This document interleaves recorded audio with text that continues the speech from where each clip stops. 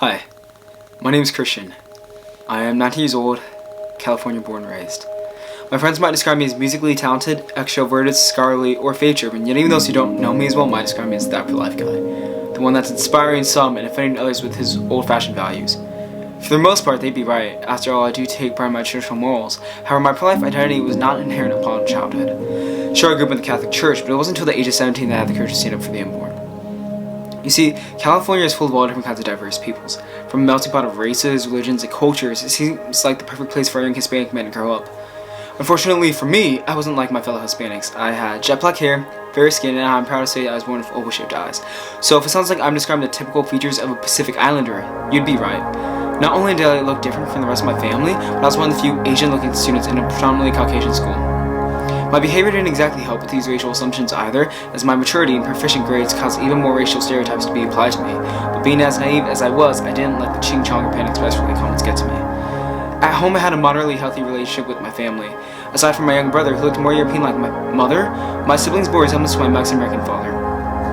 As I grew up with all these stereotypes getting applied to me, I kept on getting more and more insecure about the way I looked. My culture and body weren't aligning. As I progressed into high school, meeting more Asian-looking students, I began questioning this anomaly. Maybe I'm adopted? That's what all my friends suggested when they saw my family. After all, unlike the rest of my siblings, I had never seen home videos when I was born.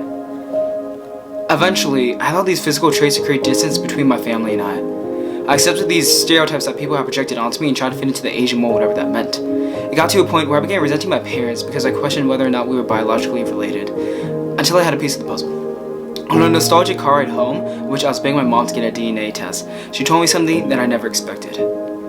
A year before I was born, she had a miscarriage with a 14-week-old unborn baby, gender unknown. To say this news shocked me would be an understatement. It seemingly changed the trajectory in my life. When I got home, all I could think about was that before I was even conceived, my mother was pregnant with another baby. My thought process was fixated on, what if I had never been born, if this baby had survived? You see, for so long I was focused on how was I born like this, instead of why I was born like this. I'm sure ancestry has everything to do with my features, but for the first time in my life, if my body and culture corresponded, didn't matter, because there is something far more important. I had an unborn sibling, one that died in miscarriage. Instead of lamenting about my looks, I was full of gratitude. Had this baby been born, I would not exist. And on top of that, something remarkable happened. I began humanizing unborn. Through all the years sulking in my insecurities, I had another sibling, same mother and father as I, that didn't get to live, didn't get to experience high school, didn't even get to experience elementary school. So, in a way, I felt the responsibility to live for the two of us.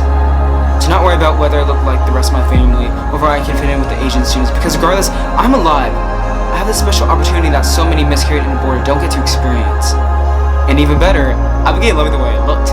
I was unique. I was an example of how beautiful reproduction is, how complex reproduction is, that one family member could look totally different from another.